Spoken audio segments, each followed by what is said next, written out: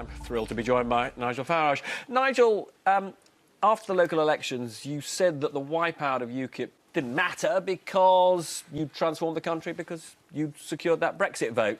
Not exactly loyal, though, to Paul Nuttall, your successor, was that? No, I mean, Paul himself said we were victims of our own success. I mean, you know, I led the party 4 years ago in those county council elections in England on a manifesto. We're bringing back grammar schools, getting Britain outside the European Union, controlling immigration and helping small businesses.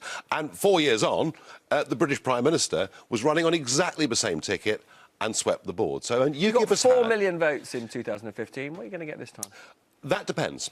I mean, when she launched this campaign, and she said, look, trust me, I will deliver Brexit, but if I don't win, we will have this coalition of chaos that will effectively stop Brexit from happening.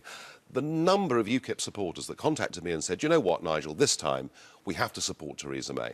Now, fast forward a couple of weeks, when people realise, actually, this election's a non-contest, that she's going to win by a country mile anyway, then I think the squeeze that you tend to see on small parties towards the end of a campaign, in this case, will be the other way around. Can UKIP survive, though, if it gets wiped out in the general election? Oh, UKIP's going to survive. It has to survive. I mean, well, it's rather like, you know, we all pay the house insurance every year, not because we want there to be a fire, but just in case there is one. And I think it's all well and good for Mrs May, who gives wonderful speeches and sounds very reassuring.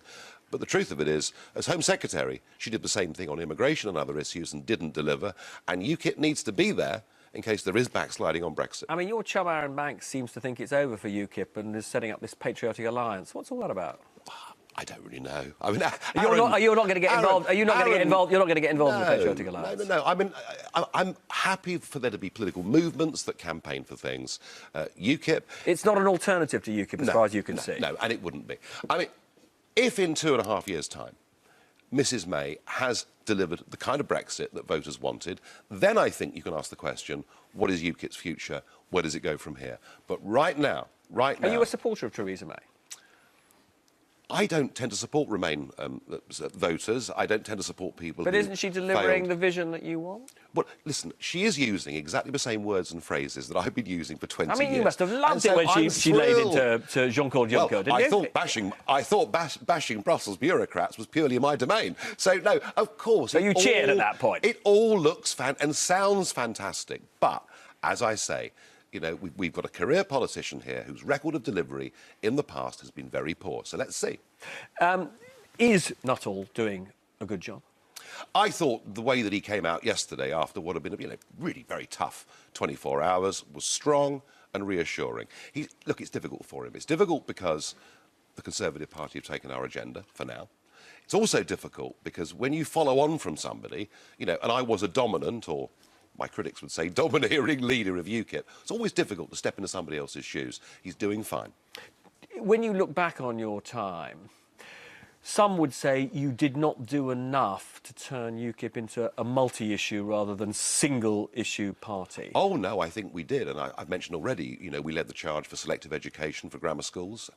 We made the big arguments against onshore wind farms, which I think to some extent have now been stopped. I mean, your chum Douglas Carswell today says that after he won, you immediately took the party back onto immigration when you should have been talking about other issues. He's trying to rewrite history, and, you know, I'm afraid he's shown himself to be a rather untrustworthy figure, which is why the Conservatives wouldn't have him back for the election. Now, we've also got another election just on the other side of the channel. And Anushka, I think you've got one or two interesting things to say about that. That's right, Robert. Well, Nigel Farage is, as we know, rather close to Donald Trump, the very outspoken US president who has had a thing or two to say about some controversial world leaders. Here are some of his comments. The North Korean leader, Kim Jong-un, is a pretty smart cookie, according to Donald Trump. The Turkish president, well, he gives him great credit. El-Sisi in Egypt has done a fantastic job. Vladimir Putin, a better leader than Obama. And Duterte, the controversial Philippines leader who once boasted about throwing a man from a helicopter. They had a very friendly conversation. Well, there is another controversial political leader in the news today, the French presidential hopeful Marine Le Pen. And in the absence of Donald Trump, I wonder if Nigel could sum her up in 3 words.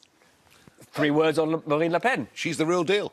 She is a proper, genuine Eurosceptic, and under her, the French National Front is not about race, but it is about sovereignty. Because I remember talking to you about Marine Le Pen only a couple of years ago. And I said, why aren't you sitting with her in the European Parliament? And you said you couldn't because there were, in your words, proper races in her party. For 18 years, I have absolutely refused to sit with the French National Front. I still think that its roots are deep back in Vichy and anti-Semitism and all sorts of things. To be fair to her, she has got rid of her father. She's got rid of... So you trust Marine Le Pen, do you? She's got rid of many of the extreme elements. Do I think Marine Le Pen herself is an extremist? No, I don't. I absolutely don't. She stood down as president of the party to fight this presidential campaign. She's linked up with the conservative Eurosceptic Nicolas Dupont-Aignan, who's been my real French ally over the last 10 years.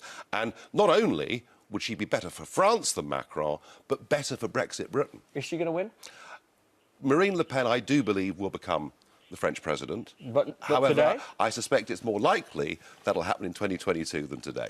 Now, the other thing you rather strikingly said to me about Marine Le Pen is she could drink you under the table. That was true, but she's cleaned her act up Oh, since. has She has, and she's lost weight, and she's looking pretty fit. But there was a time when that was true. And what's next for you? For me, well, I'm going to continue. I chose not to stand in this general election. The real Brexit action is not going to be in Westminster. It's going to be in the European Parliament. It's going to be with the Junckers of this world and everybody else. So I'm going to go on leading a group in the European Parliament. And so, just to be clear, you're not turning your back on politics? No, absolutely not. No, I think as far as the delivery of Brexit is concerned, there's far more action in Brussels than Westminster over the next 2 years. So you'll continue to draw those generous Brussels expenses until they're no more? Well, I shall continue bashing Brussels bureaucrats, but obviously with Mrs May, I've now got some real competition. Nigel Farage, many Thank you. thanks.